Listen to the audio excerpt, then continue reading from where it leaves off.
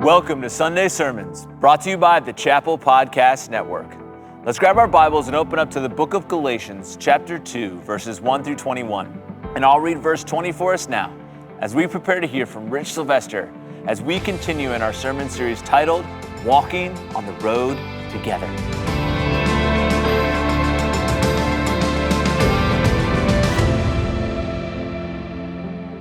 I have been crucified with Christ. It is no longer I who live, but Christ who lives in me. In the life I now live in the flesh, I live by faith in the Son of God, who loved me and gave himself for me. Don't touch the gospel. Don't touch the gospel. This was Travis's refrain last week as we began our study together in the book of Galatians. Learning that as we walk the road together in community, we must cling to the truth of the good news, to the truth of the divine gospel, Jesus himself, resisting any temptation to distort or alter the gospel of Jesus. Don't touch the gospel. As I was studying chapter 2 this week and thinking through Travis's refrain, I couldn't help but remember a season in college where my friends and I decided that we would cook dinner for each other on a regular basis. Junior and senior year, we moved off campus to a townhouse. It was still owned by the college, but in labeling it off campus, we were able to take some of the meals out of our meal plan on campus and save some money. There were 8 of us living together, and we decided that on Monday, Tuesdays, Wednesdays, and Thursdays, so 4 days a week, we would take turns cooking dinner for each other and therefore save a whole bunch of money on our meal plan. Our system was this. On Sunday nights, we would gather around a coffee can on the kitchen table and each put in $8. And then every night, we would split into pairs. I was Wednesday nights, and my cooking companion was Andy Thielander, one of my roommates.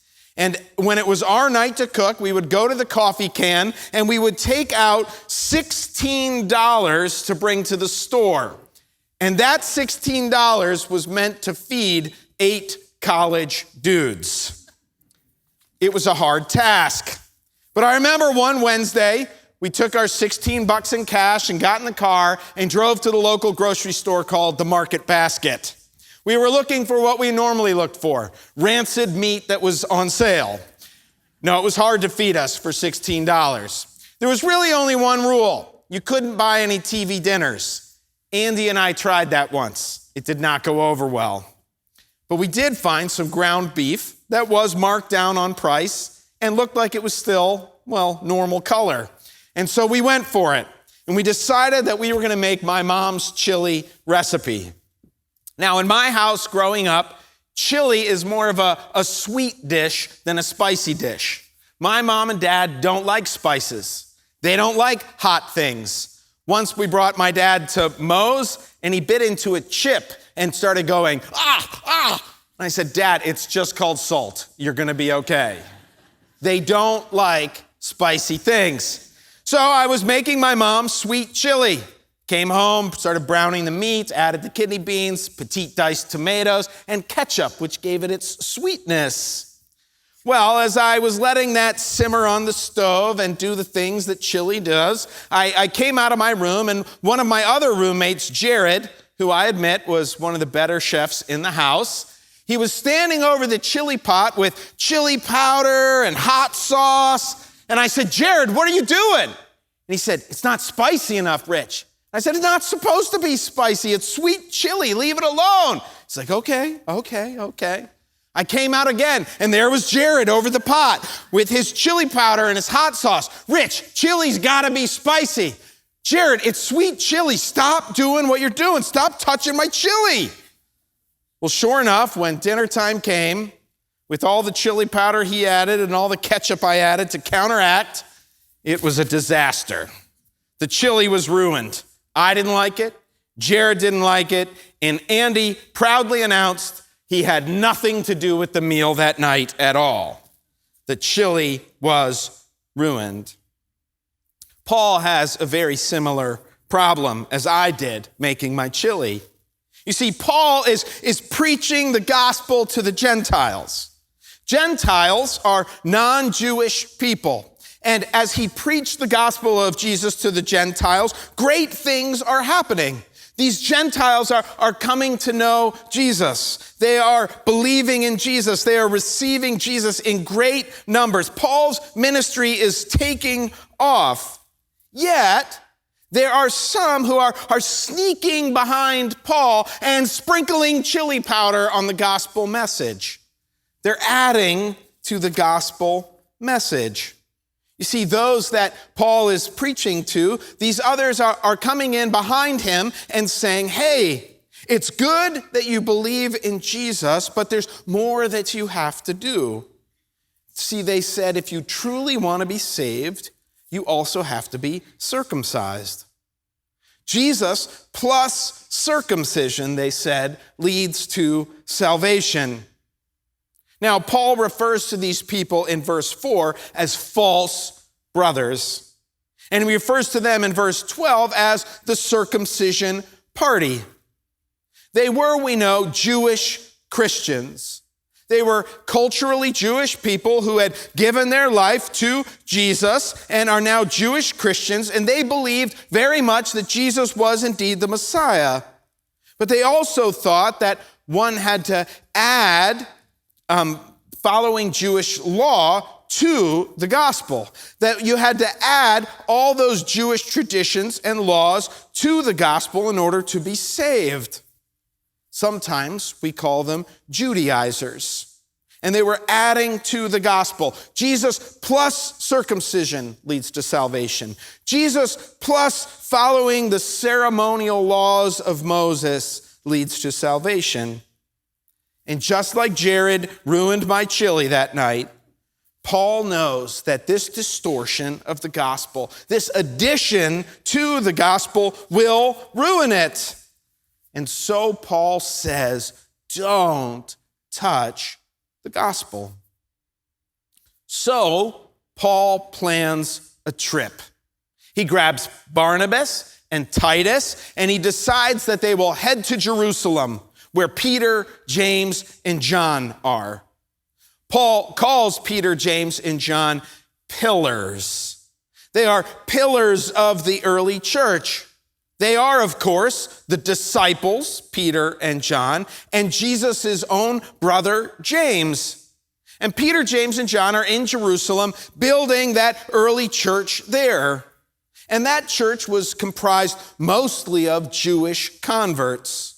And certainly, Paul knows that these pillars, Peter, James, and John, will have the authority to settle this matter once and for all. But as Paul heads there, we know there was a lot at stake. This young, growing movement of the Christian church, now only maybe 15 or 20 years old, 15 or 20 years after Jesus' death, is at a crossroads. This meeting is of great importance. Paul himself says in verse 2, I'm heading to Jerusalem in fear that my whole ministry has been in vain. Theologian John Stott writes, this would split the church in two. Neither side would have accepted the other fully and would have questioned if the others were even saved. There is a lot riding on this meeting, but Paul tells us that everything went well. Paul tells us that the meeting went just as he has hoped, that these pillars of the early church that Peter, James, and John said to him, as he records in verse 6, they added nothing to me. They added nothing to me.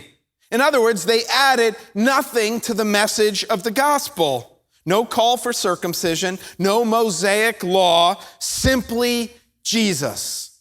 He's enough. They added nothing. Paul says, don't touch the gospel. But I do think it's important to ask the question, what do you do with the law of Moses? What do you do with all those ceremonial laws that we read about in the Old Testament? If you remember, there are two main types of laws in the Old Testament: moral law and ceremonial law. Moral law and ceremonial law. Moral laws are laws that are rooted in the character of God, laws that are rooted in the creation story and the narrative of and the reality of creation. Moral laws are like those we read about in the Ten Commandments. You shall not steal. You shall not lie. You shall not commit adultery. These are moral laws. But then there are ceremonial laws. And these were designed to make you clean, to set you apart, to make you presentable before a holy God. These were laws about your diet, like you shouldn't eat pork or shellfish. There were laws about the clothing you should wear, like don't wear clothing that is the mix between two kinds of thread, like cotton or wool. These were laws about how to plant your gardens. They even said, don't mix seeds in your garden. And if you are going to plow, please don't put an ox and a donkey on the same plow. These were all-consuming laws that touched every part of their lives. Every moment of the day, they were contemplating in their brains, how do I follow this ceremonial law? How do I make sure that I make myself clean? But let's consider for a moment the heart of these laws. What purposes did they serve for the Jewish community? One, these laws reminded them that they serve a holy God. They serve a holy, perfect, set-apart, all-powerful God. And these laws reminded them that they are not that. They are not holy. They are not clean. They are not perfect. These laws of daily life reminded them that there was a huge chasm between them and their holy God. And even though these laws were exhaustive and exhausting, they knew that these laws couldn't fully make them clean. They couldn't make them acceptable to their God, because ultimately these ceremonial laws pointed to the sacrificial system. And these laws required that before they could enter in worship, there would be the blood sacrifice of an animal. Only then, through the blood of that lamb, could they be made right. As Christians, then, we see and understand the heart of these ceremonial laws. We understand that we serve a holy God and we are not holy. We also understand that these laws pointed to Jesus and that he fulfilled them, that he is the one who bridges that chasm between our holy God and our sinful selves. The book of Hebrews, chapters 9 and 10, there's so much writing about how these laws were only a shadow of what is to come. These laws only pointed to Jesus, who ultimately became that sacrifice, his blood on the cross, so that that chasm between God and man could be bridged. Only then could we become clean in God's sight. Well, if that's the case, then if we add those ceremonial laws back to the gospel as a requirement for salvation, then we are discounting what Jesus has done and can do. Verses 15 and 16, Paul writes, "We ourselves are Jews by birth and not Gentile sinners. Yet we know that a person is not justified by works of the law, but through faith in Jesus Christ. So we also have believed in Christ Jesus in order to be justified by faith in Christ and not by works of the law, because by works of the law no one will be justified." The end, Paul writes in verse 21, "I do not nullify the grace of God, for if righteousness were through the law, then Christ died for no purpose." don't touch the gospel. But let's be honest for a minute. The battle about circumcision and ceremonial law, that's not something we struggle or battle with today. But I think it's important that we need to consider how we might be adding to the gospel in our lives today. We have to ask ourselves, what chili powder and hot sauce are we adding to the recipe that God has created? One theologian I bumped into helped me consider this in my own life by using a different framework, a different language to describe this tension. He called it a battle of orders. A battle of orders. Let's just pause and do some math for a moment. Give me that math equation. Now, I don't know if this ever happens to you. I don't know what your algorithm on social media is, but sometimes when I'm scrolling through Instagram, I'll get like a math equation that'll pop up on a post, and it'll have some enticing statement like, only 3% of the population can get this math problem right. See if you're a genius. And I'm always like, oh yeah, I want to see if I'm a genius. And so I do math equations sometimes. Let's do this together. 7 plus 3 squared, so 3 squared is 9, so 7 plus 9 is 16, times 2 is 32. Did I get it right? Exactly. Everybody who's gone through 7th grade should know how to do this. Because in math, although I just went left to right across there is something called an order of operations, right? PEMDAS. Hunter used some saying earlier, please excuse my dear Aunt Sally or something like that, but it's parentheses, exponents, multiplication, division, addition, then subtraction. There's an order of operations. So let's try it again using the right order, and it's really intimidating to do math with Rex sitting right there over my shoulder, but now let's do it the right way. 3 squared, we did do exponents first, so that's 9, but now we got to do multiplication. 9 times 2 is 18. Now 7 plus 18 is 25. So now the answer is 25. Rex gave me an A. Awesome. Thanks, Rex. It's not 32, it's A.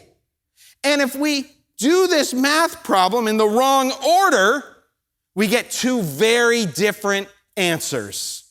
There are 2 very different outcomes. The order matters. Theologian J. Gresham Machen, it's a hard name for me to say, said of this dispute again that there was a battle of orders. On one side, there's Paul, and his order of the gospel is this: believe. Believe in Jesus Christ. Believe that you are so far from making yourselves clean that only Jesus could save you, and be saved, and then be transformed. And on the other side, believe, behave, be saved. The circumcisers had a different order. They thought, I'll believe in Jesus, then I'll follow all the ceremonial law, and then I'll be saved. 2 different orders with 2 very different outcomes. Let's run a test case at it. Let's say, for example, and I was trying to think of one that would hit home for me and for others. You were in an argument with your spouse, and your spouse said something to you like, hey, you really hurt me when you said this, or you really hurt me when you did this. If you're in the circumciser order of things, if you believe that your action was part of what made you good before God, that you have something to do with your holiness and righteousness and goodness, then when your wife says that to you, you're going to get defensive. No, I'm not. I'm a good person. I would never hurt you. I couldn't do that. You're going to be angry and frustrated and distraught. But if you have the order of operations of Paul, if you believe that you are so sinful that there was no way for you ever become holy in God's eyes except Jesus did it. And while you were his enemy, he died for you. Then when somebody says, hey, you really hurt me when you did or said that, you're going to say, I bet I did, because I'm a sinner. But I know Jesus loves me, and I know that he can transform me. So let me know what I can do different in this situation. The order of operation yields an incredibly different outcome. What if you're in the middle of a tragedy or something difficult has happened in your life? If you are a circumciser and you use that order of operations, and you believe that somehow how God sees you is dependent on what you do, then when something hard happens in your life, you're going to say, what did I do wrong? You're going to be anxious and insecure and wonder that. You're going to be like Job's friends who said, Job, you must have really screwed up if life got this bad. But if you use Paul's order of operations and you believe that the God of the universe was willing to suffer and give his life for you so that you could have life and be saved and be transformed, then when tragedy strikes, you're going to hold that up to the gospel and you're going to say, Jesus suffered for me and he's going to suffer with me, and I know that he's going to help me get through whatever it is that we're going through. Two different orders with two incredibly different outcomes. Think, which order is going to produce a person that forgives most easily, that has joy most often, that expresses compassion and patience? Are you processing your life with the correct order of operations?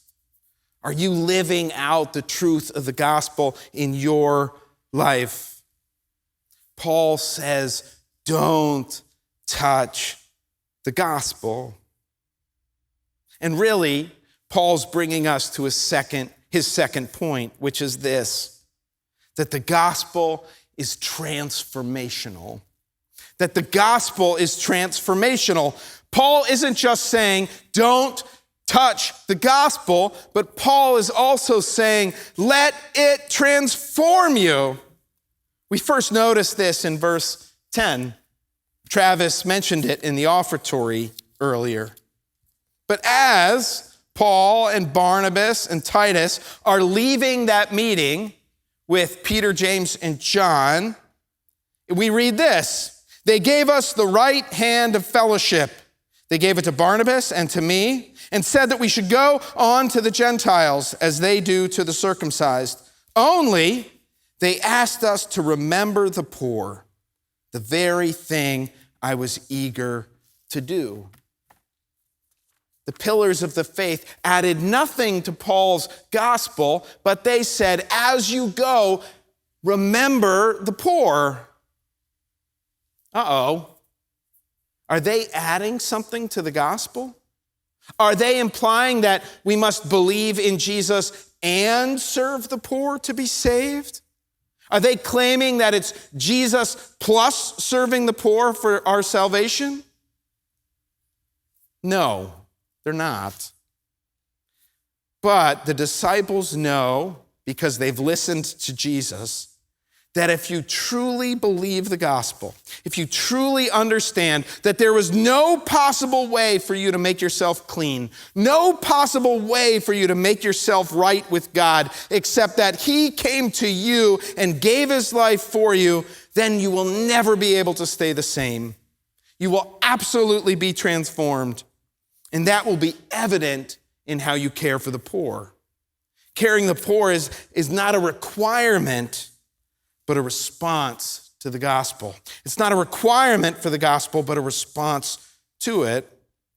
Jesus actually said this many times in his ministry to the disciples.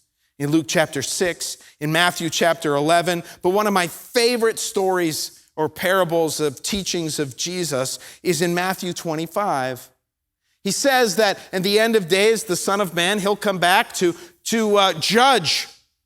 And he said that as people come before the judgment seat, to his right, he'll bring the sheep, and to his left, the goats. To his right, the true disciples, and to his left, the false disciples. To the right, the ones who truly believe, and to the left, those who have added to it. And how will he know the difference between a sheep and a goat? He tells them. He says to his sheep, I was naked and you clothed me. I was hungry and you fed me. I was in prison and you visited me. Paul understands and has experienced firsthand the transforming power of the gospel. That when you truly believe that even in your absolute sinfulness and rebelliousness, that Jesus came and declared you clean and declared you righteous, not through anything you could do, but only what through he did. And you had nothing to do with it. When you believe this, then the gospel transforms you and you can't help but live differently. Don't touch the gospel. Let it transform you. Paul alludes to this transforming power again in verse 14. Here, Peter has now come to visit him. Peter has traveled to where Paul is. And Paul tells us that Peter is sitting with those Gentile believers, and he's eating with them, and he's sitting with them, and he's hanging out with them. But then, as soon as the Judaizers come, as soon as the circumcision party comes, Peter backs away. I'm not hanging out with them, Peter says. And Paul confronts Peter in that moment. And in verse 14, he says, Peter, you are not walking in step with the truth of the gospel. You are not walking in step with the truth of the gospel. Someone asked what the Greek word for walking in step there is after the first service. It's this orthopedeo. Ortho, you go to an orthodontist to get your teeth straight. Pedeo, podiatrist, foot doctor. So this is straight walking. Paul says to Peter, you are not straight walking the gospel out in your life. Walking is a word that implies every part of our being, our whole selves, all that we are. In other words, Paul is saying that when you believe in the gospel of Jesus and you are saved, it should permeate every part of your life and being. It should transform and make straight every part of your life and being. That just like those ceremonial laws in the Old Testament that impacted every part of daily life, Paul suggests that the gospel must do the same. It must seep its way into every moment, every decision, every conversation. Don't touch the gospel. Be transformed by it. Martin Luther, in his commentary on Galatians, said this of the gospel truth. Martin Luther said, most necessary is that we learn it well, teach it to others, and beat it into our heads continually. He said it's necessary that we learn it well, teach it to others, and beat it into our heads continually. Are there areas in your life that you are not straight walking the truth of the gospel? Are there places in your life that the truth of the gospel has not yet permeated? How might the gospel impact your parenting? How might the gospel impact your marriage or your job? Does the gospel make you think about how you treat people that may think differently than you, or look differently than you, or dress differently than you? Has the gospel impacted how you offer forgiveness and extend grace? Has the gospel impacted how you spend your time and your money? How well you welcome people into this church or into your own homes or into your community? See, Paul says, don't touch the gospel, but he says, let it transform you. This morning, we started our service with my favorite hymn. You guys remember what we sang? And can it be? written by Charles Wesley in the year 1738. One of the things I love about this hymn, besides the melody and the words and how it's moved me in my own life, is that Charles Wesley, when he wrote it, he was 31 years old.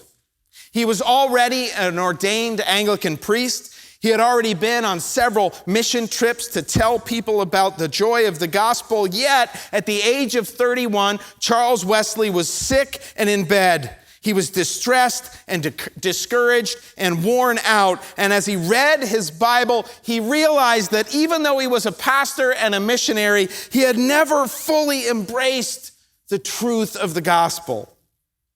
He had never really understood just how magnificent it was.